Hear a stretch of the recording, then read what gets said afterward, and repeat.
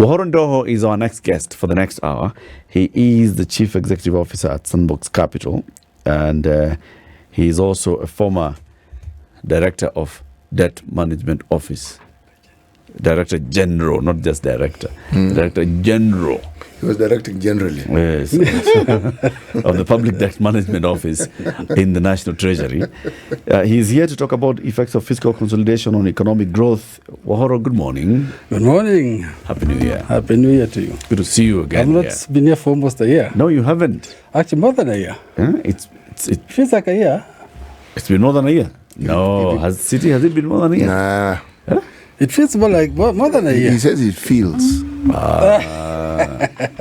Feels. Feels. Yes. To us, it doesn't feel like it's been more than a year. That's nice.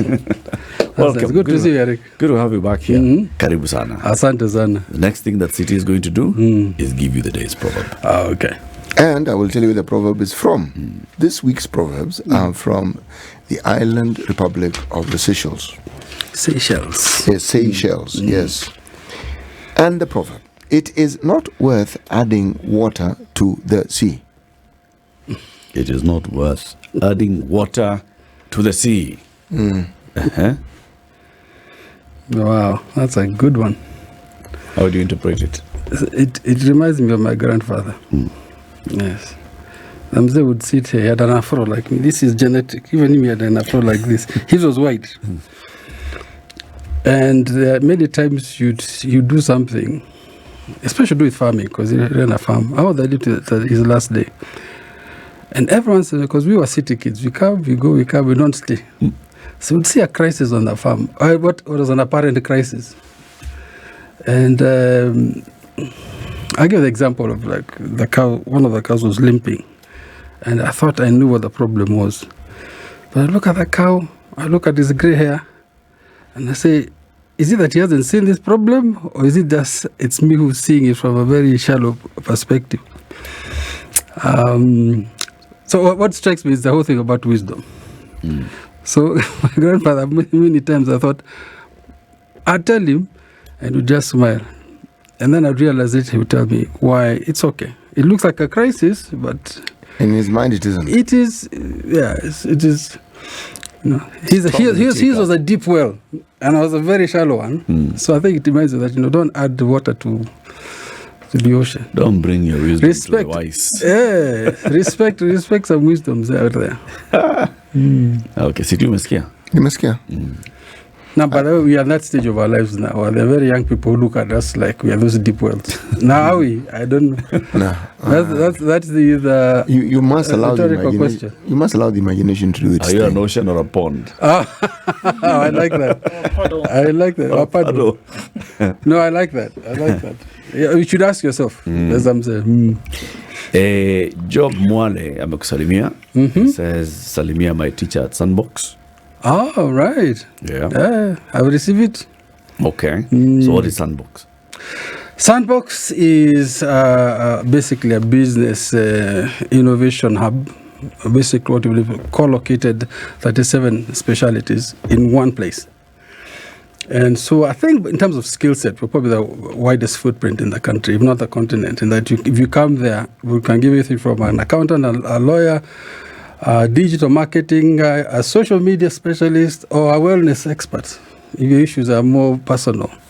And it was born of the idea that too often when an SME goes looking for support, it has to run around town. You go here for an accountant, there for someone else, and see if you can find them all in one place, and then have them priced competitively. You don't need to go anywhere else. Now, on top of that, then Sunbox Capital, in that mix, our remit was, if you've come here and you've been given all those services, we'd like you also to borrow or be able to be financed in that same space. So that in terms of a true 360, see, maneno kwa someone one-stop shop. And one-stop shop, it just means that, sort of polluted the whole phrase anyway. But if we come to one place, we're able to do that. So we're working very hard at Sunbox Capital to close that loop in terms of finance, capital advisory, anything to do with money. Yeah. Do you also offer advice to people who have ideas in their head, but they haven't moved them into creating a company? We'd much prefer they had actually started moving. And we actually have a startup expert, a guy called Herbert. He's and this is what I love about it. And this country of ours is so blessed, but we don't seem to. Anyway, we don't count our blessings. And for another day, yes, we have a startup expert. So basically, if you started a business, it's your question is scaling or getting fast through the first 18 months tends to be the most difficult. You have someone to handhold you through that process. Yeah. So even that is something we are very keen to grow. Okay. Yeah. We're living through very difficult times right now. I say very difficult time deliberately, because I'm sure you interact with SMEs and you're seeing how they're struggling. Things are thick. Yeah. What is it that they're saying? What are the pain points for SMEs right now? And how much of that tracks back to government policies, government programs? Absolutely. It's almost always government, because government sets the tone, the climate, the environment. Now we are caught between a rock and a hard place. We have to pay our debts, but we had to find a way to do that. And governments, and I'm going to have a topic about fiscal consolidation, tends to be actually one of two things. Either you cut expenditure or increase revenue. Politically, it's far more palatable to increase revenues. But apparently even that is going to prove a bit of a challenge. And so that trickles down. There's this whole thing called crowding out in terms of the government borrowing even in the commercial market that makes it impossible for small business. So yes, I think things are thick on the ground. Okay. But I tell you what was interesting also, even in the midst of this crisis as we see it, people are making money. I don't know, there's something really interesting about our economy. It's difficult. There's still money. But when you culturally, I spoke to someone only yesterday, and as I said, so how are things? And it was very interesting how they answered. How Kenyans say if it's really bad, tukotu. But if they're doing well, simbaya. Simbaya. And I thought, okay, there's simbaya. So I did a bit of digging. The young man is doing very, very well.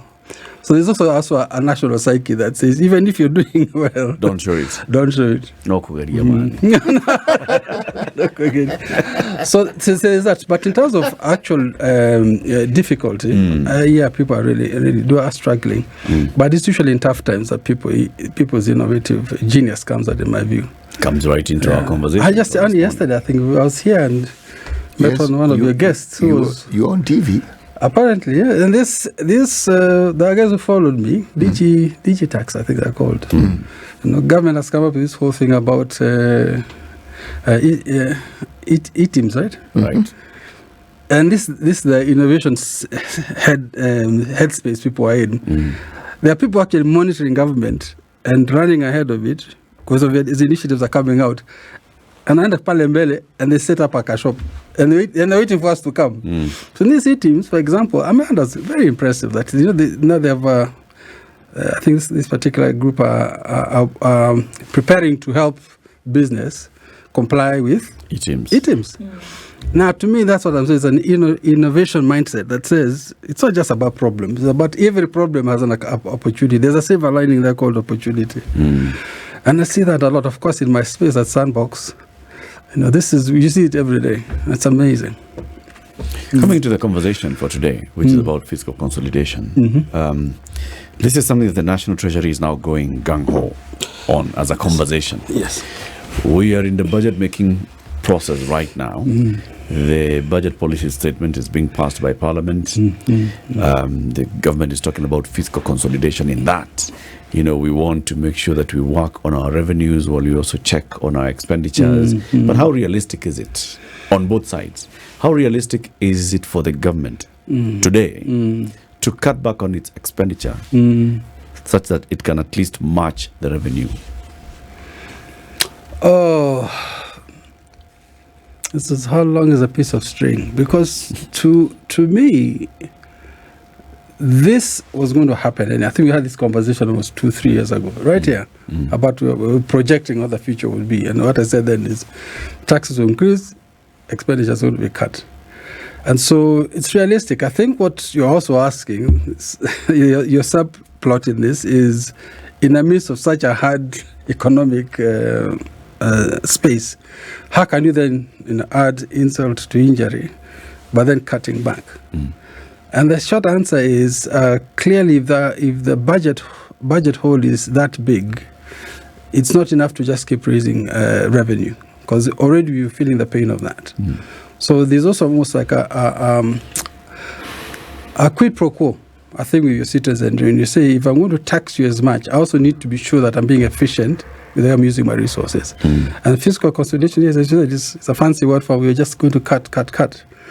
And I think, like we said 2 years ago, I think actually, if you would go back, I was just looking at it before I came. We talked about, at the time, I think when this conversation happened, before even the elections, we said, anyone over 50, for example, anyone at retirement age, prepare to pack your bags. Anyone who has been on some sort of leave for a long time, who has no intention of coming back anytime soon. Anyone who's been transferred to another department indefinitely because they can't bring him back, because since they left, their position has been backfilled. Fiscal consolidation basically says, sending a signal to say the government is going to be looking to cut now all of those. Now, the critical question is not so much fiscal consolidation, but what package do you give people who are leaving? That tends to be what can be cruel. And if current pensioners are struggling with just receiving their pensions, if you're going to cut back the public service, what is your plan to make it as painless as possible? And that's a conversation that you never have. You only hear about the cutbacks. The last issue about this is, what are you doing with the savings?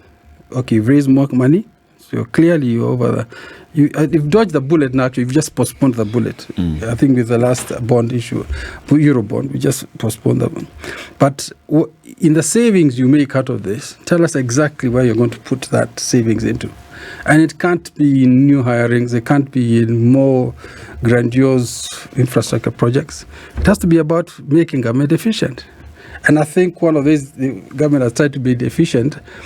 And incidentally, we think it's a big issue, a big problem. But a lot of countries are looking at us. Like this whole notion of treasury single account, e-citizen. It's creating havoc. In a lot of ways. But at the same time, it's absolutely necessary to the context that in the past, most of the leakages in government went through, because everyone who had like a parastatal had their own account.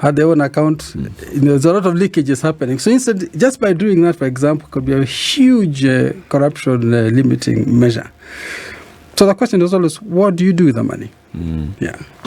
Well, I think what you do with the money has always been a question. A question very clearly, what do you do with money that comes in for development? We can't see a direct trace of that. But then we've also had, the economic advisor to the government himself has said that the wastage in government is humongous. So even if we talk about human resource as a way in which they would probably be able to consolidate things, what happens to the apparent wastage that happens in government today? We can see that with tons and tons of vehicles being used for what, in my opinion, are not necessary. We see that continued purchasing of items that are not necessary. We see that there's bloated workforce. I'm not even talking about those who are over 50 or those who are close to retirement. We're talking about people who are not needed, who may even be younger than the 50. Correct. We're talking about amenities that are made available within the departments of state that are not necessary. What happens to that when you say, let's mop this up and then let us see the money available? Before you even start asking where it's going to go to, why wouldn't there be action towards actual mopping up of excess monies that are not that are being used that are not for necessary functions? Absolutely. Let me tell you, you've just defined the best application of fiscal consolidation. Exactly. And I hope you got a script for this, because if you send it to powers that be, exactly how you've described it. That's what true fiscal consolidation should be. So I'm not just trimming fat. It's trimming wastage like that, right? Now, it so happens that the best person who sees that is a citizen. But then you also have instruments of government who are supposed to be holding them accountable. And so if you could quantify that, for example, there's a certain pushback to kind of and say, everything you just said, if you could quantify it and then say, good, you want to do fiscal consolidation? and Parliament is supposed to be oversight. These are sort of things Parliament should be doing. We should be saying, okay, Auditor General, this fact that Ndohho has just mentioned, has it been quantified? Okay, what is the value of that? So don't talk about fiscal consolidation as a generic thing. Say start here, and we'll hold you accountable as a Auditor General with you being starting here. But the question around accountability, I think, is the next biggest. It's always been the biggest conversation. But then it needs to be a citizen's accountability framework. So it's not just an instrument of government. If you know, and in fact, if us out there in the marketplace, we know where the wastage is. Every day you can go to certain places and you can see clearly this place is overmanned, and 90% or 50% of the people are just being a nuisance to us as citizens. But I think that's exactly how fiscal consolidation should happen. But now, will it happen, and who will make it happen? It comes back to accountability. We got into this hole that we are in because of decisions that were made. When you get to a point where you're saying, now let's actually, let's trim back, let's cut back the fat, because we are unable to deal with what we have. And we got here because of decisions that were made over time. Now, the people who made the decisions are the ones who are expected to come up with the solutions. Is that practical? Oh, my goodness. There's an inherent moral hazard in government, right? Even a perverse incentive. And it's this. He who incurs the debt is not personally liable to repay it, right? So if I, as Treasury, CS for Treasury, decide we need to borrow, perhaps what we should do, should say it should be a 1% personal liability for you making that decision as a leader. Now, if you made a decision, if you did a small thing like that, it would revolutionize decision making in government. But inherent in government is a notion that he who makes the decisions is not always doesn't hang around to bear the consequences, and that's inherent of government anyway. I don't think it's Kenya. I mean, America has a GDP of 22 trillion. Its debt has just surpassed the GDP. The UK, the same. Germany, of all places, the same. Japan, the same. So it to me, what it shows, it's that little dynamic baked into government. That will always be a concern. So on the question of accountability, really boils down to that, because even fiscal consolidation can be a weapon. I mean, it can be misused. You can say, all these people from Region X, fiscal consolidation. Your excess.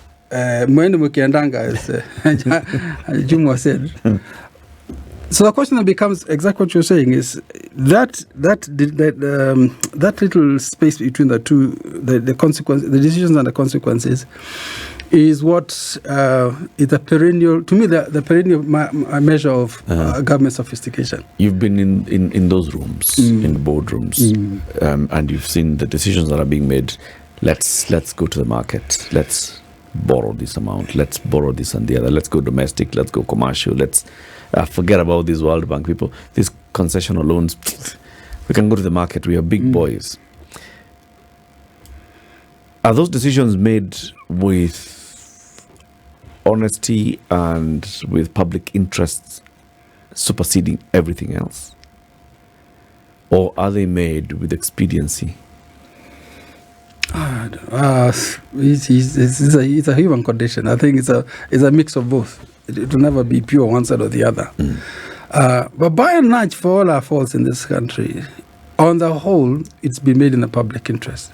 Sometimes the execution of it has been where the opportunity to misdirect these resources has created the mess we're in. And so, for example, if we were to say, how do you, for example, hold a minister accountable? You really can't hold a minister accountable. Eventually, you hold his boss accountable, because that's the contract. The social contract is with the boss. Yeah. And so questions then become, if the only time we look at the report card is every 4 years, then maybe what we need to have is create mechanism for a report card I think the state of the nation is our place, but with real teeth, that becomes the question. So to your question, absolutely, of course, it's always a mix. I don't think it's ever one or the other. And, some governments do better than others. Is it the excuse of public interest, or is it genuine public interest? I'm asking specifically for Kenya, specifically for where we are.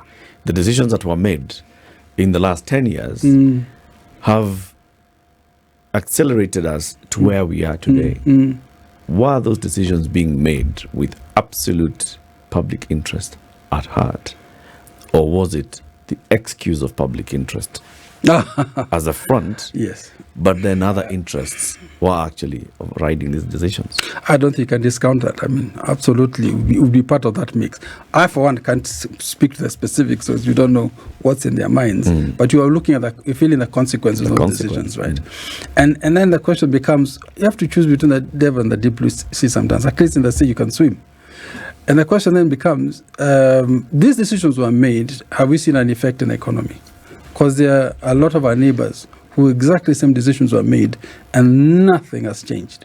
So the entirety of that financing, for example, has disappeared into private pockets.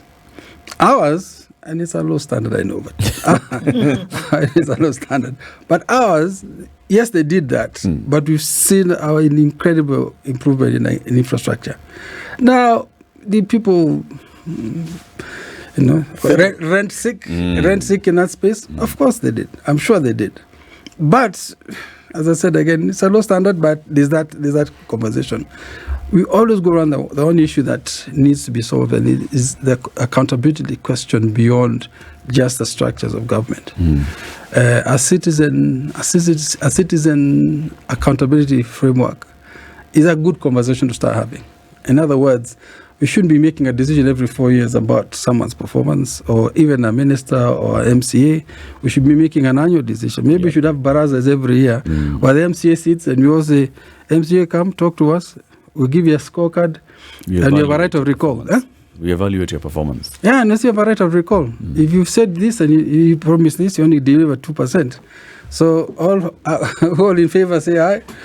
Nenda nyumbani. I don't know. That's, to me, it should spark that sort of conversation. Yes, the accountability cannot be domiciled only in this one entity. It should be one that's communal. It's broad. So you asked the question, okay, we say fiscal consolidation, you save on expenditures here and here. An important question would be, what do you do with the savings? Someone is saying, put it in those parts of service delivery, teachers, medical officers, etc. Yeah. On paper, we say all these things. But really, do we see a government saying, okay, we are sending people home so that we can now hire more doctors and teachers? That's a very good question. And by and large, I think public perceptions of that is important as the reality. And in the extent to which you do not see those sort of impacts on the ground, it robs credibility to the whole notion of fiscal consolidation, because it can be used as a weapon, and it's been used a lot as a weapon. There's also the element that it's also part of an international financing arrangement. So it didn't happen in a vacuum. There's there's an accountability measure with the World Bank and IMF that you must do that, because it signals that even as you're lending, you're also serious about getting efficient with the funding you receive. Are we seeing that though? Because yes, it's talk. What we are seeing is a push to increase the revenue targets. Yeah. Okay. And so we are saying, because we're increasing the revenue targets, we've got to introduce couple of taxes here. We'll make sure that Wohoro is a farmer selling avocados, we'll tax your avocado. Oh, yes. You are a dairy farmer, we'll tax your milk. You are selling hooves and hides and skins and horns, we will tax your horns. Okay. But on the other side of cutting back on expenditure, have you seen any signaling by government that it's actually serious on cutting back expenditure? Nothing so far. I mean, and that's, I think, been true of fiscal consolidation most of our life. I don't think we've actually seen the effect of that. And it's a good question to ask. I come back to you. My report to you is this. It's not that they make the promise, and it's not that they actually do it. It's that you, as a citizen, can independently verify that. And also realizing that fiscal consolidation can also be a signal that economics are about to get worse. Our personal economics are about to get worse. Because the single biggest, the seed of a middle class in any country in the world is a public service. In fact, that's part of the reason why I've said this before, that why devolution was an absolute played magic on us. For all its mess, and it was a messy, it's still a messy affair. But we created immediately with devolution 47 centers of a middle class called the public service. And around the public service, you consolidated aggregate demand, which meant that a middle class began in 47 centers of Kenya. And no one can deny the impact on the ground for just that. I mean, there are places you go and I see hotels. Yep. Yeah? Yep. I don't know if you've been to like Mandera, Garissa. Some amazing, and it can only have happened because there is that consolidation of aggregation of demand, because there's this seed called the public service, the county public service, and around that it grew into a middle class. But the question is, and then this is maybe our next challenge for innovation, is how do you create a public-driven accountability framework, not a government one? And a good part, I think, is the only reason why you guys, to borrow from the Americans, are the only industry that's protected by a constitution. Maybe you need something like that. Yeah. This question you're asking me, for example, I think the subplot here is everyone says, of course it's not happening. Of course it's getting worse. So what's a lowdown on this? Well, I mean, sorry, but I think we just have to say these things as they are. That if we saw that there was any intent, if there was any intent to better the situation, you would have seen it. The only way that you can prove intent is physical manifestation of that. Correct. If there was an intent to actually mop up, to consolidate, if there was an intent to make things better, we would see it. If there was an intent to actually have a free flow of development, we would see it. If there was an intent to make things better, we would see it. So we can sit here and we can pontificate, but the truth of the matter is that if you see a building in its shambles and the owner of the building keeps telling you, he's working on it. He's working on it, but you see nothing. My goodness, what's supposed to happen? I don't know. You're here and I told the story of Okeke and the chicken and his wife. Every day Okeke tells his wife, I'll bring you chicken. I will bring you chicken. I will bring you chicken. Until he came one day and found his wife eating chicken where? In the neighbor's house. I will at least see a feather. I will see a claw. I will see something. But we do not see it. So there's no intent. And we talk about people getting into positions of leadership. And here we are saying that if there was an intent, look at the leaders that you have today, at whatever level, from the micro to at whatever level, those who had an initial intent to actually do something in those positions that you will see. Nobody has to tell you. You can wake up in the middle of the night and they ask you and you'll be able to say, yes, this is what it is. But I think we keep doing this flirtatious dance with, oh yeah, maybe they'll do things better. They will not. The original intent exists not. And I think that is what we need to make decisions about. We cannot sit here over and over and say, well, yeah, we've got a bloated budget and we've got this, that, and the other thing, and we're now trying to see how we can make things better. No, we're not. That's why you have countries that are plunging into some serious economic rot, like Nigeria, like Cote d'Ivoire. We see it, it's happening. Because we can say things on the podium, but in the trenches, nothing is happening because there's no intent. Which is actually an interesting point. To your passion about this.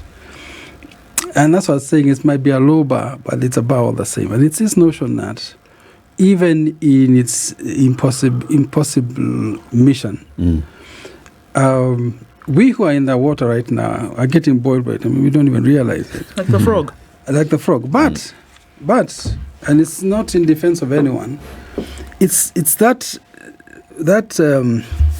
very fine line between saying, I'm not seeing improvement here now, but I also recognize I'm sitting in here.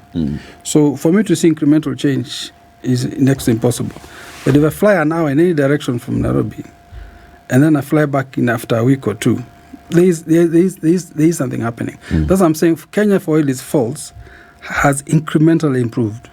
Now, you can deny that right now it's not improving at the rate it should, which is what you were saying. The fact that, Kenyan experts who have met, when you go to South Africa and you meet South Africans and Southern Africans, when they talk about Kenyans, they have an image of Kenya built on how hard industrious and hardworking and innovation, entrepreneurial we are out there. So let me just finish. But when they come here, it's a bit of a disappointment because the promise and the reality doesn't match. Yeah. Did you see the picture of the school that Eric held up there a few minutes ago? Did you see that picture? It's one of our partners who we had a conversation with last week. This is not in another planet. Neither is it in 1943. This is 2024 in a county in Kenya. I saw that. It's a classroom. A classroom. Desk. This is today. So I'm sorry, but this is the face. That's unacceptable. That is the face. You can tell me about nice streets and expressways and how South Africans come here and see that it's beautiful, or that we can go. And I'm going to go back to Abuja and you can go to Abuja and you can see the 8 carriageway. It's beautiful. But then under the bridge, what's happening? Yes. That's the face. So we can talk about improvement over the last 40 years, but if that is the picture that you see, there's a problem. Exactly. Now the question: if medics today are telling you, well, you have until midnight, folks, before you even hire us, so that we can treat the country sick. And here we are talking about, let's see if maybe at a function we will bring 20 V8s or we will come with one. Come on. That is absolutely. We are not talking at cross purposes. We're not talking cross purposes. What I'm saying is this: that being the case, up to this point, this debate has gone on for 60 years. We've had a few bright moments when our patron saint of economics showed us for about 10 years in Kibaki that it can be done. It was the same public service, by the way, that did that, right? So the debate, maybe what you're saying here, and with your passion, is okay. There's something broken about this model. So let's have that conversation. Right? And that conversation, in my view, cannot be we continue with the same framework we have. There must be a public accountability framework that we begin a better. Let's begin a you as members of Fifth Estate, you can't. Is it fifth or fourth? You guys are fourth or fifth. We have been fourth, but perhaps it's time we became fifth. We can have another conversation. Yes, maybe as a fifth state, with this passion you have, I would say. How do you begin to have a conversation that, there's a time we had a conversation about changing the constitution and it looked impossible at the time, you remember. My view is something's broken in this. Can we start a new conversation? How to fix it. Yes, that says, you, the fox, cannot look after the chickens and be the guard over the same chickens. We are going to assign ourselves the role of being guard of the chickens. And we must have teeth in how we hold you accountable. And there are countries that are doing that. I don't think there are many, but there's a few where the citizens-driven accountability frameworks actually work. And for me, for example, going back to that picture, some of us grew up, we grew up in the city, so we do not always experience this. But you'd go to shags and visit your cousins. Yes, an MCA before he's elected, an MP before he's elected, should be given a picture like this. See, there's 30 of these schools. How many are you going to fix? Okay, minimum 2. Okay, 2. 1 year from now, 2 per year, sorry. Every October, tutakuwa na baraza moja. And we have the right of recall. We look at how many photos. It's the citizens who come back with the photos. And the citizens will come and say, okay, before, after. Before and after. If you're not, you have a right of recall. To me, that's a debate we should be having now, because what I think gets to be sometimes is we see the pain, we keep talking about the pain, but you're not innovating new solutions. And for me, even for fiscal consolidation, is how do we think beyond what they're doing now and make create a new way of doing business. I like that. If Ndohho wants to approve for the National Treasury to come up with a budget of 4.2 trillion shillings, and has already said, but we notice that you are unlikely to raise the revenues that you're saying you're going to raise. If Ndohho approves it, then it's telling them, if they don't hit the target, you're going to finance the balance. Are you going to finance it from your pocket? Yes. Wherever. Whether it's your pocket or your head, mahali utatoa. But you see, But I was basically honestly, just having an accountability of that sort and Yeah. saying if you, for the decision that you make, knowing fully the consequences of it, right? If you want to commit yourself to the consequences, then you also tell us, should you not? That's right. You pick both sides of the stick. will You happen? pick one end of the What stick. will happen? You pick the other. You pick the end of the stick of promises. The other end of that stick is accountability. And if you don't do this, then we have the right to send you home. Yeah. But you see, even when I talk about the public accountability framework, interestingly, we already have it. We just haven't expanded it. Yeah. Public participation has been corrupted by the same leaders who are supposed to be helping us. But what I'm saying is this is not a new conversation. It can actually be extended and say, okay, right of recall, they made it impossible, right, under law. If you campaign and change that, I think it will change this whole conversation almost overnight. So to me, it's not that it's impossible. I'm focused on saying what are the solutions, the practical solutions, because we all agree this is unacceptable. Yeah. City, you've talked about social contracts for a long time. I have, because the problem isn't the existence of it or the understanding that there's a need for it, but it is what our lived experience in the execution of it is. Because you look at the political class and they seem to understand that a social contract is talked about and even entered into, even in writing, for the sole purpose of abrogating it. Because they enter into it and very callously simply move in the complete opposite direction of what it is that they were supposed to do. And this is year in, year out. Correct. And anytime a discussion about accountability is brought up, then there is the justification, which doesn't really make sense, but there's always a justification. True. And usually it hinges on someone being blamed for something which they are the ones who made a decision about and promised they would do. But yet someone else who is not there will be blamed. Now, it is the culture, and it seems to be fairly entrenched. When people say that the owners of the Constitution and the owners of the country, meaning us, the people whom the Constitution has actually explained explicitly to, that it is there, they are the owners. It's often said that we are to blame for allowing such a thing to continue. I'm going to remove the word blame in this context for one simple reason. When you have people who are browbeaten, pummeled with all manner of disadvantages over a long period of time, they get conditions to dealing with the bare minimum. And that's why we begin by saying, it is not that bad. And yet it's horrible. That money, they didn't use all of it, but they used a bit. What do you mean they used a bit? They were supposed to use all of it.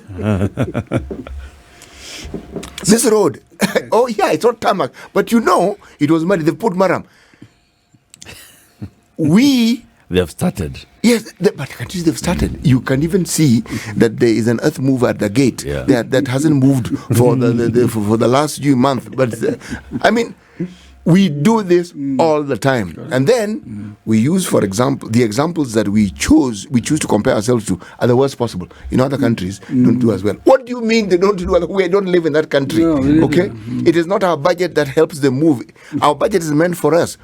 What are we doing with ours? Huh? He was supposed to have actually given sponsorship to 10 students, but he tried to. Okay, fine. Where did the other money for the 8 go to? When we are in the position that we are in, the vicious cycle of poverty will not end. Something has to give somewhere for all this to change. Well, there's no way I can disagree with that, absolutely. But then the debate stops being what it is. It's now no longer about government, right? It's about the quality of our leadership and the culture we have. Now, you can only change a culture by changing people. Right? Yes. Now, we don't know how to change the people because the same people who rule us also make the rules, right? Correct? So rather than become fatigued about solutions, is to say, okay, do we have an opportunity somewhere in this to actually take this social accountability to the next level? But what would that look like? Ironically for us, it's almost inevitably will fall on the same leaders to be the ones who help us with it. Unless you can create a new crop of leaders who, by the way, only need to be there 6 months before they join the pool with everyone else. So the debate now moves from saying, okay, the rate of maturing of a democracy is too slow. Too many people are suffering. So what are the solutions? But you see, you're looking for the solutions from the same mob who have also created the problem. Wohoro is not the same mob. We are the mob, actually, because these people, even when they're new, you hear people you've never heard of before, they enter the fray. And usually they enter because they are the ones who offer that ray of hope. Right. And I think, you know what, just to tag on to that, City, I don't think it's for lack of knowledge of the solution. No, absolutely. I think everybody knows what the solutions are. I think that there are departments in this country and many others whereby the people are of prime stock. Absolutely. When it comes to expertise. Absolutely. They know what to do. They advise on a daily basis. They've gone to school, they've honed their skills, they know what to do to sort out these issues. They give advice. But what makes this fundamentally worse is that these solutions are presented to appointing authority, to decision makers, and they deliberately do not take the course of action. That's what makes it worse. Because you know the problem, you know what to do, you choose not to do it, and keep your people languishing. There's a special place in hell for people like that, don't you think? I'm sure there is. It's a people problem. Correct. It's a people problem. And here we are saying that there is a benefit that people get for not making the right decision when it comes to the lives of millions of people vis-a-vis a few. Absolutely true. Let me say one of the tragedy of our continent is precisely that, but not just our continent, in most countries. Ours is particularly bad. So the question comes back again. We know that that's a problem. Yeah. What's our solutions? And our solutions can't be, again, generated by the same people who have created the problem. Let's apply our innovation, ability to innovate to this problem and say, how would you do it differently? You know, when you talk about huge figures and what they're supposed to do, sometimes the message is lost in the figures or it's lost just in that conversation. Yesterday we had a conversation with the deputy chairman of the KMPDU. SG. Secretary General, sorry, not chairman. Okay? And his way of communication was actually very effective in this sense. He didn't talk facts and figures, lofty facts and figures. He said, look, Mama Lucy, for instance, hospital, has 2 nurses. And they are supposed to oversee the birth process of 47 women. Tell me, how is that going to work out? So immediately you get the picture. Yep. You know, there's no dilly-dallying. Yep. There's a hospital in place XYZ which has actually an operating theatre. But they posted a doctor there and didn't give the doctor quarters. So the doctor actually lives in the theatre. Imagine. So now, when there's an operation to be conducted, the doctor has to move out of his living quarters to conduct the operation and then go back. Actually, no, it's funny, but it's not funny. Okay? I mean, for goodness sake. You see, why am I painting this picture? When you look at the billions, every county has billions. Man, no county in this country has an excuse for these things that we keep hearing about. None whatsoever. Right. And this nonsense of always wanting more money, and they don't give you a full account of what they've done with the money they've been given. That's correct. And it's year in, year out, and it's billions. Monies that those places have never seen. There is no county that can say they've seen the money they've been given before. Being given to you to do what you're supposed to do. They don't see it. And yet, we are happy to report, but you know, there have been some changes. It should be a revolution. Bollocks! You know, Was that the first B that came to mind? No. Bollocks was safe. No. So we're What gonna came to mind was a compound. So I settled on bollocks. I think we should actually, I agree with what you're saying, Wohoro. We need to start having that conversation. Actually, let's take up that challenge. Let's start having that conversation and just saying, so how else can we actually demand better accountability from our leaders, from those that we've put in office? because we're saying it's broken. You know what we're saying is this: for all the good things you're doing, Parliament is not working. It's not working. The executive is not working. The County judiciary assemblies. is trying to hold on, but it's not working. Yeah. But that conversation is not a conversation of finger pointing. It's saying this model we Need have a solution. can be improved, and it needs to be improved in radical ways. And that's what we'll have confidence about fiscal consolidation. Wohoro, thank you very much for joining us today. Come again soon. Okay, don't wait until it feels like a year for you to come back. Wohoro Ndohho is the CEO of Sunbox Capital, former Director General of the Public Debt Management Office. He's been our guest, and you've been a very good listener. We thank you very much. We wish you a lovely day. This is the Situation Room, the only way to start your day.